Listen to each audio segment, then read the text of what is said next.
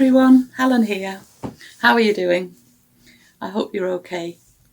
Thanks for coming to join me today. And today's going to be a little bit of a crafty catch-up, but maybe a shorter one than usual. And we'll also pop into the kitchen a bit later to make something. And as I record this, I've just got back from another camper van trip. And on that, thank you ever so much, everybody who commented on last week's camper van trip to southwest Scotland, to Dumfries and Galloway. It's really lovely to hear from you. I'm so glad that lots of you enjoy the camper van videos. It actually brings me extra enjoyment while I'm away. When I'm videoing things, I'm thinking, I can't wait to show this to everyone. And it just, it increases my enjoyment of the holiday. As long as I don't video too much, I think it could end up taking over what we're doing. But it's really good. It's lovely to hear from you and know that you enjoy seeing and hearing about all the things I've been up to.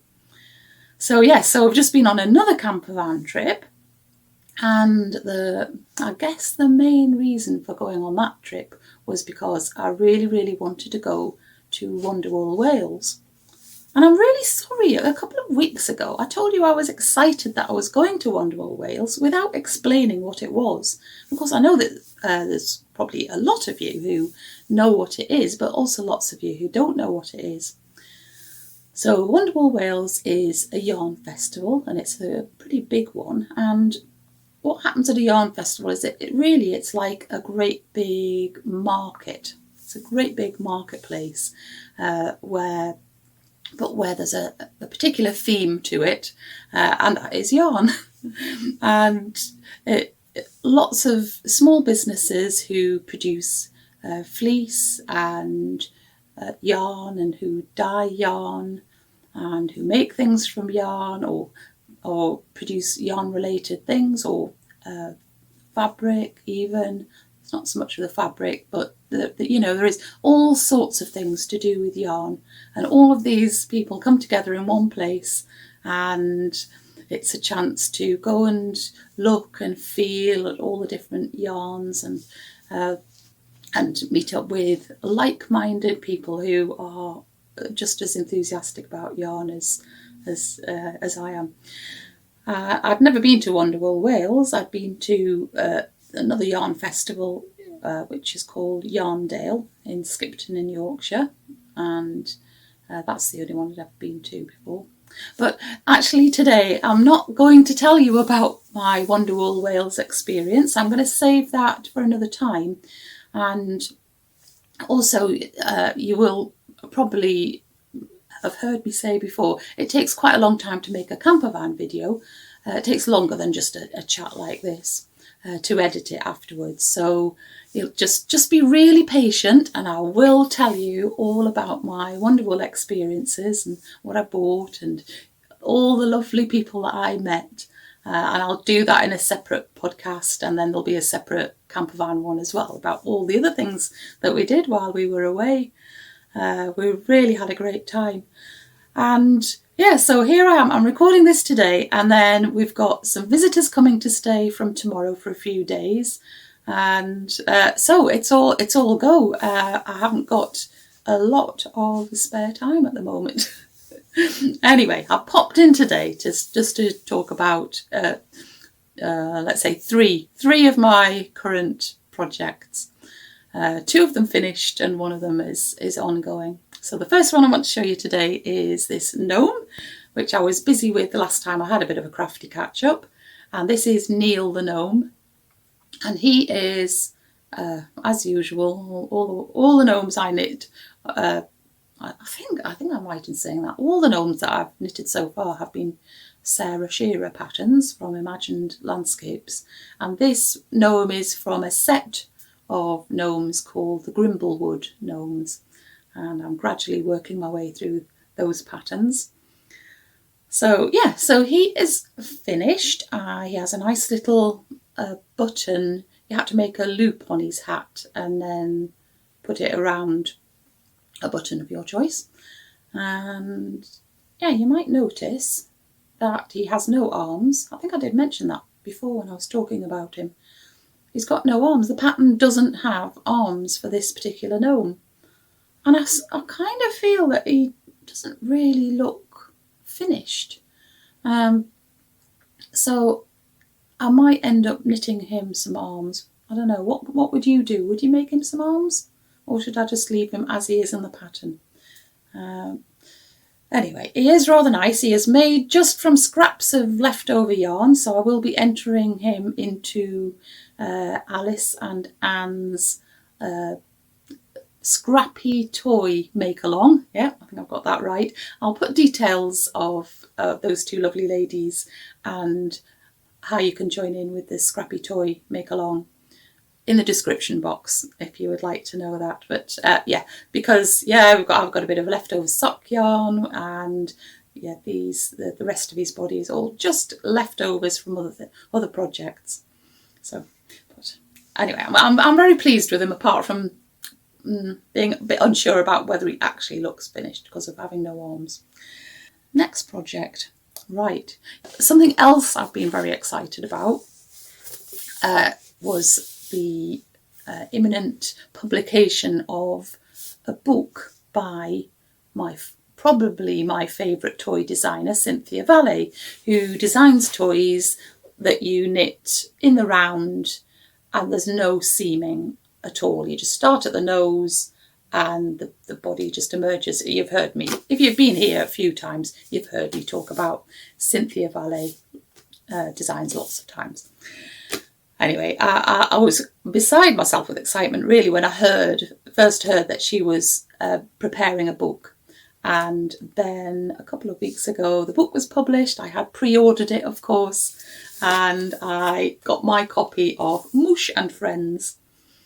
And it's called Seamless Toys to Knit and Love. And I am so happy with this book. And I'll show you a few photos from the book here. So Mouche is a bear, so a slightly different bear to Tsutsu bear and also Myrtle bear, which I've shown you and is much bigger than Tsutsu bear.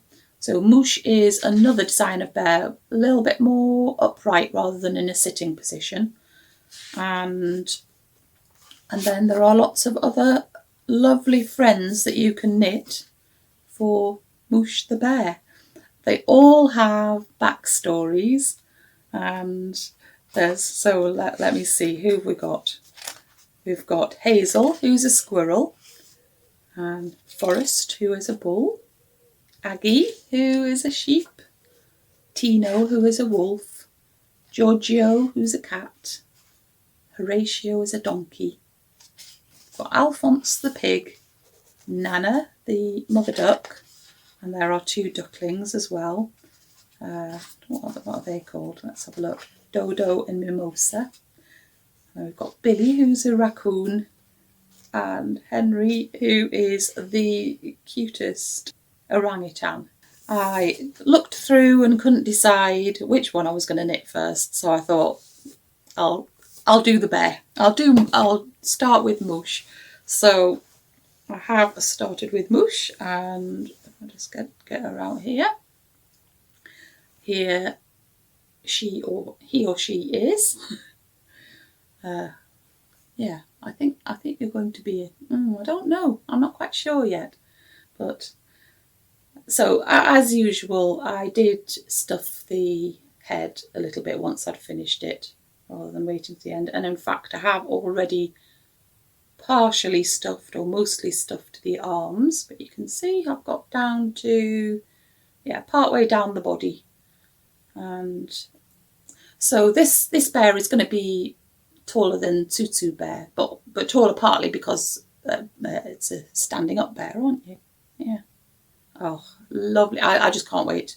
I don't know what I'm going to knit after this bear, but I thought I'll start with the bear and decide what to do after that. I'm using Drops Alpaca 4-ply to knit the bear with in this dark brown. Dark brown isn't so good if you're knitting in the evenings and things. It's definitely better done in the daylight. But I wanted a dark brown bear, Mouche in the book is actually a white bear, so looks a little bit like a polar bear. But since the last bear that I made was white, I thought I would have a brown one this time. So yeah, so there we go. That is how far I've got on the first pattern that I'm trying from Mouche and Friends. So we'll put you down there. So, and the final project that I'm going to talk about now is the ducks, or the ducklings actually. And I was just very easily tempted when I saw that Lucy from Lucy Locketland was doing a kit for the ducklings, the duckling pattern by Claire Garland, who is Dot Pebbles on Instagram. I just couldn't resist, and so I ordered my kit, and it came in a box like this, and I got some yarn and some stuffing and what else, some eyes, what else, anything else? Oh, I think that was basically it. And I got a little stitch marker, a little duck stitch marker as well. And don't you think it's remarkable that you can get a box like this which comes and it's just filled with yarn, and then you can turn it into little creatures. And so here we have my box of now ducklings, no longer yarn. The kit comes with enough yarn and stuffing and everything to make 6 ducklings. And yeah, if you watched last week's podcast when I was away in the camper van, I did 3 ducklings. I knitted the 3 ducklings while I was away, and then I stuffed them and finished them off when I got home. And I absolutely love them. They are so gorgeous. They all look like they've got different characters, and they are going to make really lovely gifts for people. And they use Shetland spindrift held double with a fine mohair, so they've got this slightly fluffy texture. And it really was very straightforward, a very straightforward pattern. Claire Garland's patterns can be a little bit complicated, and they're probably not for absolute complete beginners. There's lots of shaping to do, which is done by wrap and turn. But I mean, the explanation on how to do it is really good. And of course, although the kit is lovely, you don't have to buy a kit. You can just buy the pattern and then, use whatever yarn you've got. Then, oh yes, I did something different to the usual thing I do with toys. In the pattern, it says that you can glue the eyes in, unless you're embroidering them, obviously. If you're giving it to a small child, of course, you would just embroider the eyes. But I'm not going to be doing that. So I thought I would have a go at gluing eyes in, because actually the back, when you're using safety eyes, the little round thing that you put on the back of the eye can be really, really hard to fix on properly.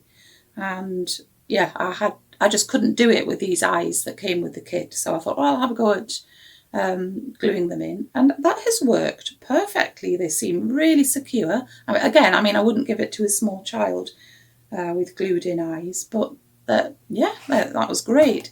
So I will be doing that again with other toys, I think, actually gluing the eyes in, because it was good. So there we go, the cutest little ducklings I have ever seen, and I'm looking forward to giving some of those away, and I'll be making more than just these 6. I'll be giving some of those away as gifts. Right, okay, I think that's enough of chatting about crafty things for today. We're going to go off into the kitchen, and as usual, I always, I'm very often interested to know if there's kind of some background history to the things that I am making. And so I looked up some history of the thing that I'm making today, which is Bara Brith. And I decided to make this because I nearly always bake something to take away with us in the camper van. And I thought, we're going to Wales, so I think I'll make something Welsh. And I thought that Bara Brith would be great. Now, Bara Brith is Welsh for, well, Bara means bread, and Brith apparently means speckled, so it's a speckled bread.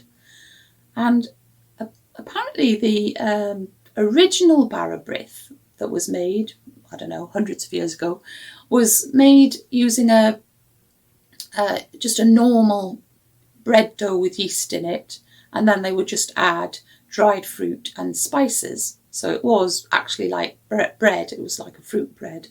And nobody seems to know at what point it changed into being a tea loaf. And just in case you don't know, a tea loaf is made by, first of all, soaking all of your dried fruit in hot tea and sugar. And you usually do that overnight, so the fruit really plumps up very nicely.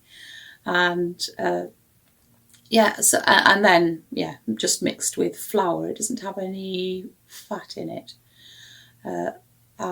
So it becomes a kind of a cross between a cake and a bread, and it is really, really delicious. Apparently, when you've baked it, you're not meant to eat it for a couple of days.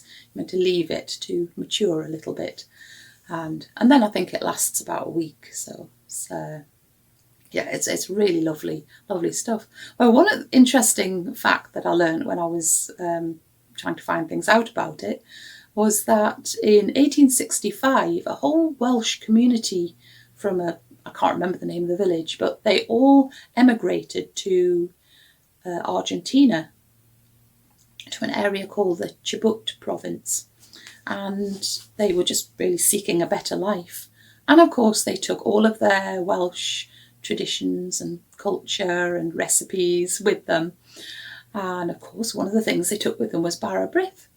And to this day in Argentina, apparently you can go to a Welsh tea house and have Bara Brith. So it's continued on through the generations. They don't call it Bara Brith in Argentina, though. What do they call it? Something negra. Means black cake. Translates as black cake anyway. And but yeah, that's fascinating, isn't it? That it's lasted all those years. Well over 100 years, 150 years ago, the Welsh people moved to Argentina from this little village. So anyway, let's go off into the kitchen and we'll make some Bara Brith.